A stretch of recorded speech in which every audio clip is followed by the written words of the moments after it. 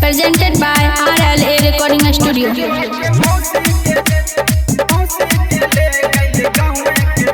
Mixed by Anil Yadav.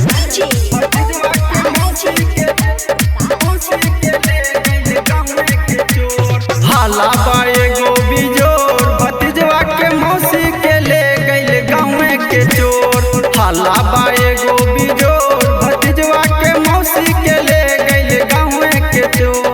गाँव के चोर अरे गाँव के चोर, गाँव के चोर आहो गाँव के चोर। हाला बाए गो बिजोर भतीजवा के मौसी के ले गइल गाँव के चोर। हाला बाए गो बिजोर भतीजवा के मौसी के ले गइल गाँव के चोर। हाला बाए गो बिजोर भतीजवा के मौसी के ले गइल गाँव के चोर।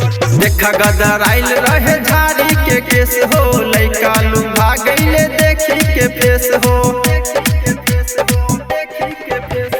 देखा गदर आइल रहे झाड़ी के केस हो, लइका लुभा गइले देखी के फेस हो।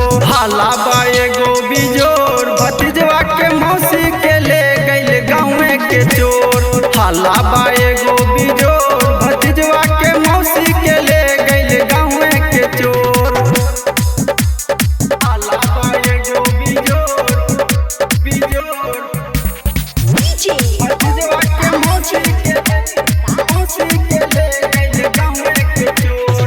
गोविंदपुरिया के मान लेना बात हो, चल गइल छोड़िए के विशाल के साथ हो। गोविंदपुरिया के मान लेना बात हो, चल गइल छोड़िए के अनिल के साथ हो। हाला बाए गो बिजोर भतीजवा के मौसी के ले गइल गाँव के चोर। हाला बाए गो बिजोर भतीजवा के मौसी के ले गइल गाँव के चोर। Presented by RLA Recording Studio.